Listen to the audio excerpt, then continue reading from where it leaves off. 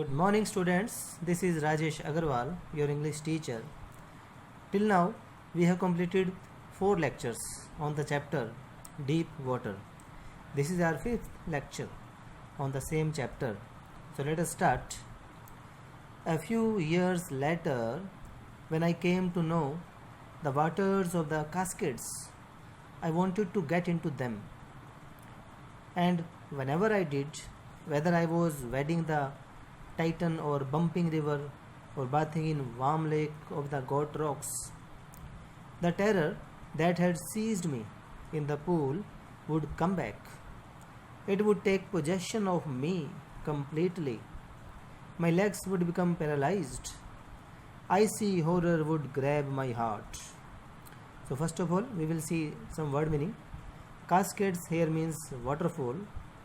Wading means walking through water. Possession means ownership. Let's see the explanation of this text. After some years, William came to know of a waterfall and wanted to go in it. Whenever he went for swimming in different rivers like the Titan, Bumping River, warm lake of the Goat Rocks, the fear of water returned. It would grab him completely, disable his limbs, means his body parts, and grab his heart. Let us see the next text of the chapter. This handicap stayed with me as the years rolled by. In canoes on main lakes, fishing for landlocked salmon, bass fishing in New Hampshire, trout fishing on the Destitutes, and Metolius in Oregon, fishing for salmon on the Columbia, at Bumping Lake in the Cascades. Wherever I went, the haunting fear of the water followed me. It ruined my fishing trips, deprived me of the joy of canoeing, boating, and swimming. Let us see the word meaning. Handicap here means disability. Canoes means small boats. Ruined means destroyed. And deprived means to take away, or we can say dispossessed. Let us see the explanation. The fear of water remained with William as he grew up. On the boating trips to different lakes in the main region, New Hampshire, Destitutes, Metolius, Columbia, Bumping Lake, these are all the places of different regions which are used for boating trips, where he fished different varieties of fish, namely salmon, bass, and trout. These are the varieties of fish.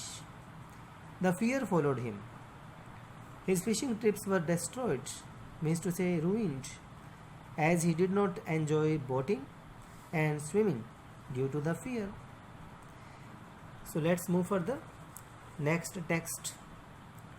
I used every way I knew to overcome this fear, but it held me firmly in its grip.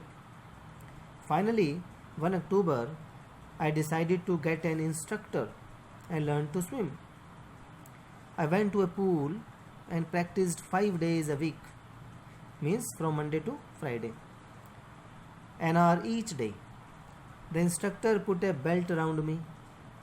A rope attached to the belt went through a pulley that ran on an overhead cable.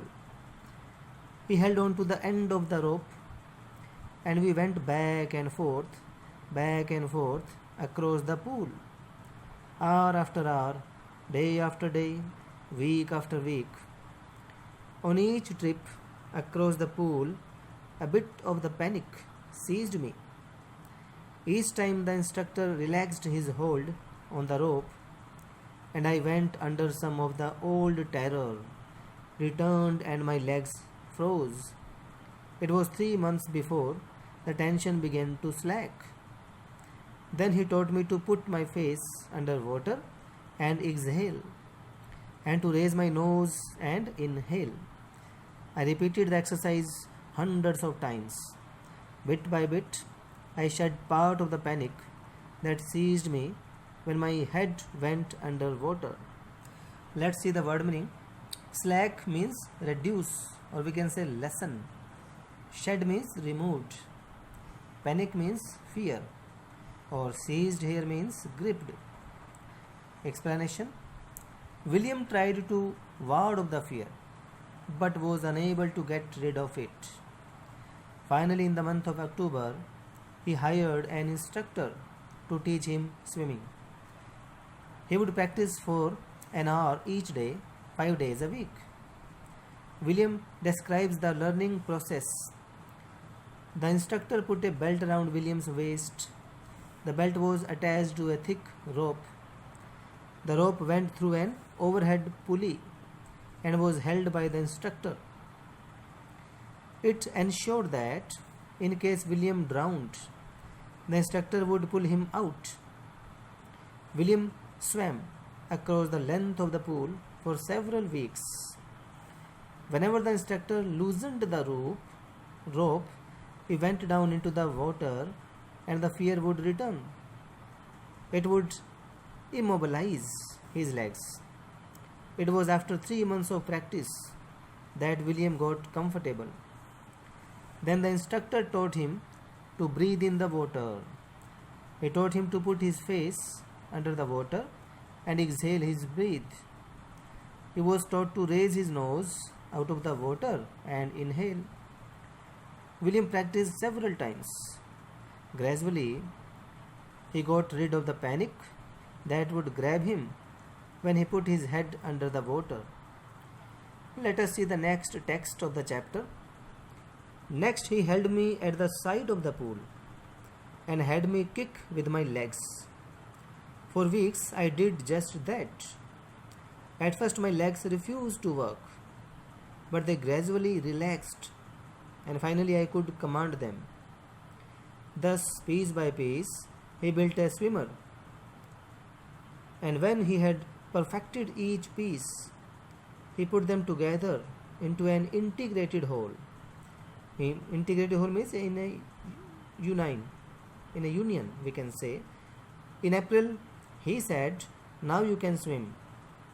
Dive off and swim the length of the pool. Crawl stroke." I did. The instructor was finished. Let's see the word meaning. Integrated means closely connected. Crawl means move slowly on legs and arms. Explanation of this stanza, of this text. In the third phase of the learning process, the instructor taught William to kick the water surface with his legs. He did this for many weeks. Initially, his legs did not move, but gradually they relaxed, and finally, William could order them to kick in the desired way. Finally, the instructor made a swimmer out of William in phases. When William had perfected each phase, he compiled them, means unite them. In the month of April, the instructor told William that now he could swim. He asked him to dive into the pool and swim the length of the pool in a particular style called the crawl stroke. William swam and the classes came to an end. So dear students, this much is enough for this lecture. The remaining text of the chapter we will do in our next chapter. Till then, have a nice day.